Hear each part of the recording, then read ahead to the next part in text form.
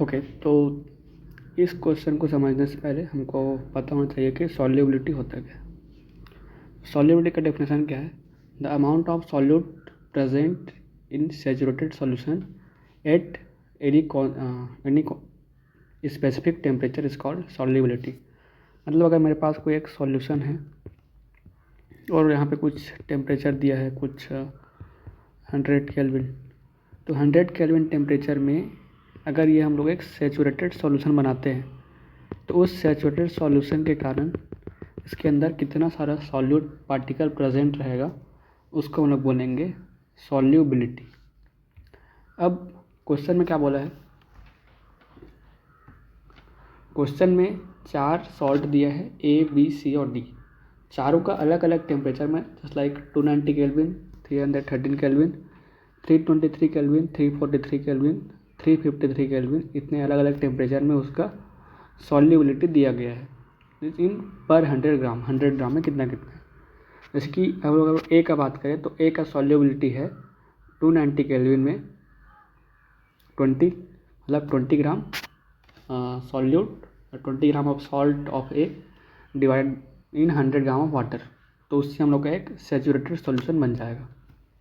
Okay, तो उसमें पहला क्वेश्चन है which salt has highest and lowest solubility at 323 kelvin. तो हम लोग यहाँ पे 323 केल्विन वाले कॉलम में आएंगे और इसमें देखेंगे कि सबसे ज़्यादा सॉल्यूट पार्टिकल किसका हम लोग डिज़ोल्व कर सकते हैं इन 100 ग्राम ऑफ वाटर। तो यहाँ पे क्लियरली शो हो रहा है कि जो 56 है, बी का जो है 56 है सॉल्युबिलिटी, तो उसका जो सॉल्युबिलिटी है सबसे ज़्यादा है 323 केल्विन में। फिर नेक्स्ट क्वेश्चन है a student prepare a solution a saturated solution of A at 323 kelvin. ठीक है, तो ए का एक सैचुरेटेड सॉल्यूशन बनाते हैं।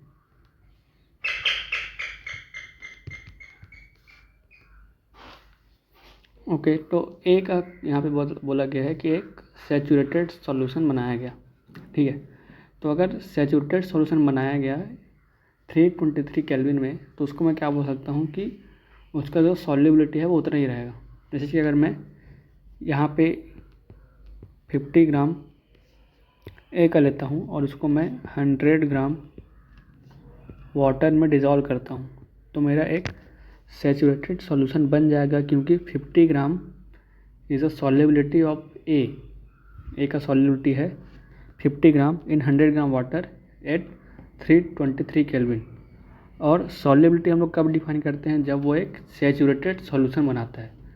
तो यहाँ पे हमको कुछ भी ऐसा डाटा नहीं दिया कि कितने ग्राम से कितने ग्राम वाटर लिए, कितने ग्राम ए कर लिए तो एक सॉल्यूशन बनाए हैं। तो हम लोग जस्ट उसको ले सकते हैं कि 50 ग्राम ए का लिए, 100 ग्राम वाटर लिए, तो हम लोग का एक सैचुरेटेड सॉल्यूशन बन गया। ठीक है, अब ये जो सैचुरेटेड सॉल्यूशन बना है इसमें ये बोले कि इसमें मैं 50 ग्राम वाटर को और ऐड कर दिया। ठीक है, तो अगर मैं 50 ग्राम वाटर और ऐड कर दूंगा तो अब ये सैचुरेटेड सॉल्यूशन नहीं रहेगा। तो इसको फिर से सैचुरेटेड बनाने के लिए हमको कितना ग्राम सॉल्ट ए डालना पड़ेगा, ये हमको पूछा है। ठीक है, तो देखो, तो उसको हम लोग कैसे करेंगे। तो अगर मैं इसका देखूंगा तो यहाँ से हम लोग इसका कंसंट्रेशन निकाल सकते हैं। तो इसका कंसंट्रेशन कितना आएगा?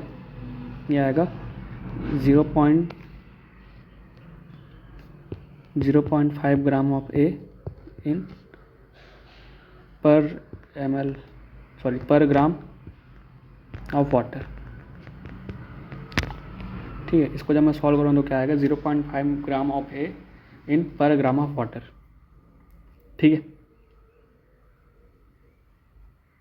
ओके, तो 1 ग्राम वाटर के लिए हमको 0.5 ग्राम ए का डालना होता है। तो यहाँ पर अगर हम लोग 50 ग्राम वाटर ऐड करेंगे तो कितना ग्राम डालेंगे? तो यहाँ पे 50 मल्टीप्लाई विथ 0.5 ग्राम, तो यहाँ से आ जाएगा 25 ग्राम ऑफ ए।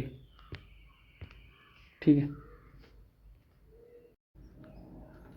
इसी में हम लोग का नेक्स्ट क्वेश्चन है what mass of tea would be required to make a saturated solution of 200 gram water 290 kelvin. तो सबसे पहले यहाँ जो टी लिखा है वो टी नहीं, वो डी होना चाहिए, क्योंकि ऐसे में क्वेश्चन में टी के बारे में कुछ इन्फॉर्मेशन नहीं दिया है। ओके, अब हमको जो क्वेश्चन में है, क्वेश्चन में 290 केल्विन में सैचुरेटेड सॉल्यूशन बनाने का बात बोला गया है। ठीक है, हमको जो वाटर है उसका मास दिया है 200 ग्राम। ठीक है, अब हमको एक चीज़ यहाँ पे डाटा से पता है कि जो डी है उसका सॉल्युबिलिटी कितना है, सॉल्युबिलिटी डी का सॉल्युबिलिटी है 30। ठीक है, इसका मतलब क्या हुआ, अगर हमको डी का एक सैचुरेटेड सॉल्यूशन बनाना है तो 30 ग्राम डी चाहिए पर 100 ग्राम ऑफ वाटर।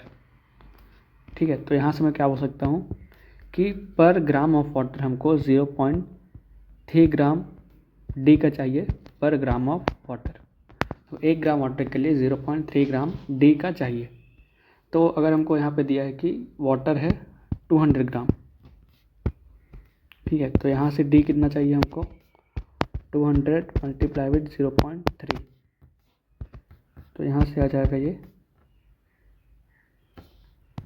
यहाँ से आ जाएगा ये 60 ग्राम। Okay, next question. इस क्वेश्चन में क्वेश्चन बहुत छोटा सा चीज़ है, बाकी सब एक्सप्लेन किया हुआ है।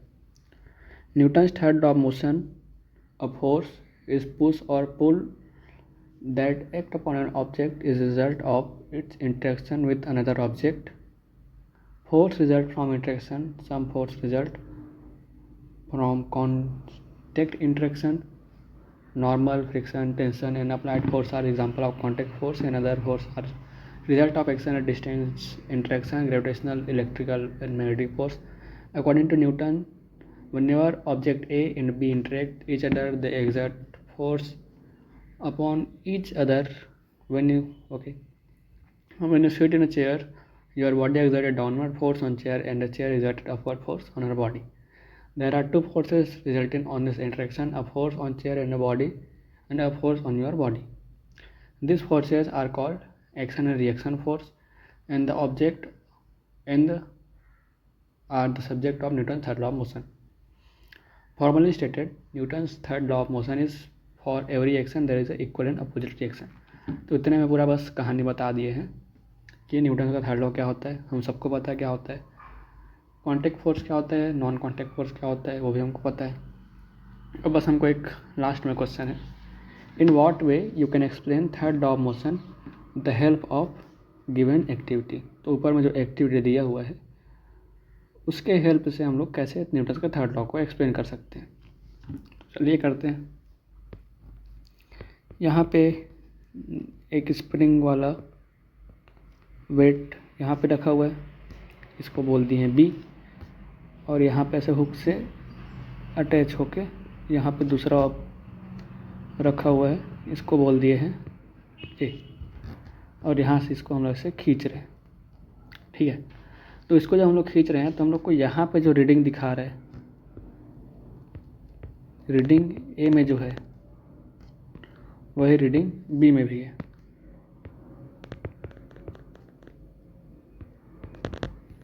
अगर हम लोग इस पिक्चर को ध्यान से अगर देखेंगे तो ए में जो रीडिंग है वही रीडिंग बी में भी है। ठीक है, तो उससे हमको क्लियर कर समझ आ रहा है कि हम लोग जब ए की तरफ कुछ फोर्स लगा रहे हैं तो क्या हो रहा है कि जो ये वाला जो हुक है, जो बी का जो हुक है वो ए को अपने तरफ खींच रहा है, और जो ए का जो हुक है, देखो इधर से ए का हुक है ऐसे, और इधर से बी का हुक है, तो जो ए का हुक है वो बी को खींच रहा है, जो बी का हुक है वो ए को खींच रहा है। ठीक है, तो इसलिए क्या होगा, जो बी के ऊपर जो भी रीडिंग आएगा वो रीडिंग ए की रीडिंग के बराबर रहेगा। तो यहाँ से न्यूटन्स का थर्ड लॉ हम लोग ऐसे प्रूफ कर सकते हैं। ठीक है, नेक्स्ट क्वेश्चन है इसी में, if action is always equal to reaction explain how a horse can pull a cart. ठीक है, ओके, तो ये वाला सवाल बहुत ही अच्छा है कि मान लेते हैं यहाँ पे एक हॉर्स है, डायग्राम में मत जाना, ठीक है। यहाँ पे एक हॉर्स है, अब ये हॉर्स के ऊपर एक कार्ट लगा रहता है इधर पीछे से, ठीक है। बहुत ही गंदा डायग्राम। चलो ये हमारा कार्ट है, ठीक है। तो अब हमको बोला जाता है कि इक्वल एंड अपोजिट फोर्स लगता है। तो ये जो हॉर्स है, ये जो हम लोग का हॉर्स है, ये हॉर्स इसके ऊपर इधर फोर्स लगा रहा है, तो कार्ट भी उधर इसके ऊपर इधर फोर्स लगाएगा। तो इससे तो ये होना चाहिए कि दोनों को आपस में आगे बढ़ने नहीं चाहिए, ठीक है, नहीं बढ़ना चाहिए, लेकिन ये बढ़ता है। तो क्या यहाँ पे न्यूटन का थर्ड लॉ फॉलो नहीं हो रहा है?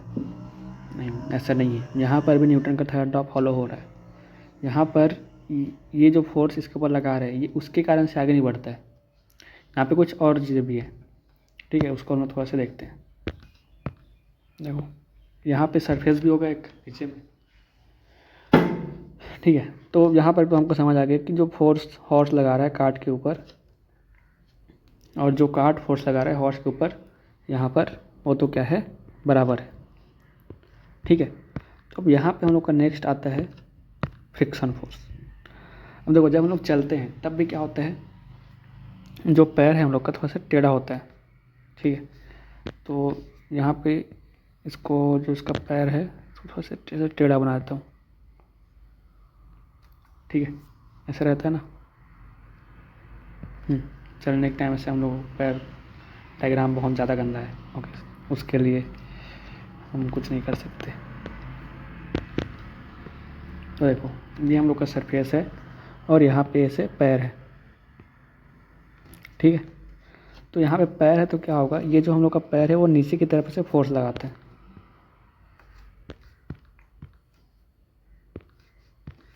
हम लोग का पैर क्या है, ऐसे नीचे की तरफ फोर्स लगाते हैं, ठीक है। अब जब पैर नीचे की तरफ फोर्स लगा रहा है तो जो ग्राउंड है वो भी क्या करेगा, ऊपर की तरफ फोर्स लगाएगा, ठीक है। ऐसे क्या करेगा, ग्राउंड ऊपर की तरफ फोर्स लगाएगा।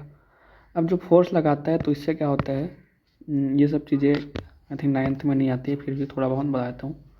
जब फोर्स लगाते हैं तो इसका हमसे दो कंपोनेंट लेते हैं। चलो इतना समझो, ये जो है आगे का है टॉपिक। तो अभी के लिए बस इतना समझो कि यहाँ पर जो फोर्स लग रहा है वो इक्वल में अपोजिट होता है, लेकिन जो इसका मूवमेंट होता है वो होता है फ्रिक्शन फोर्स के कारण, ठीक है। अभी के लिए इतना काफ़ी है, इतना लिखने के लिए।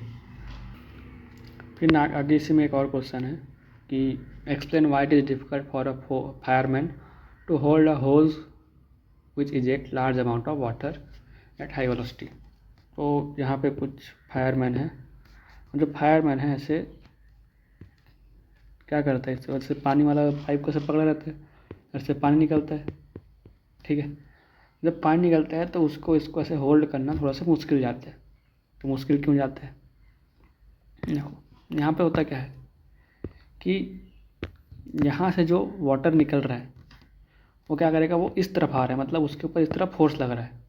तो यहाँ से हमको ये समझ आ रहा है कि यहाँ से भी इधर कुछ फोर्स अपोजिट डायरेक्शन में लगना चाहिए, ठीक है। और वो लगता भी है, आप लोग ऐसा कभी फील किए होंगे कि अगर कोई एक ऑब्जेक्ट है जिसमें से पानी निकल रहा है, पाइप वगैरह होता है, तो अगर पाइप को लोग छोड़ देंगे तो ऐसे घूमना, इधर उधर घूमना शुरू कर देता है, ठीक है। तो इधर जब उसके ऊपर फोर्स लगता है, जिस फोर्स से पानी बाहर निकलता है, उसी फोर्स से पीछे की तरफ भी फोर्स लगता है, ठीक है, उसी मैग्नीट्यूड का फोर्स।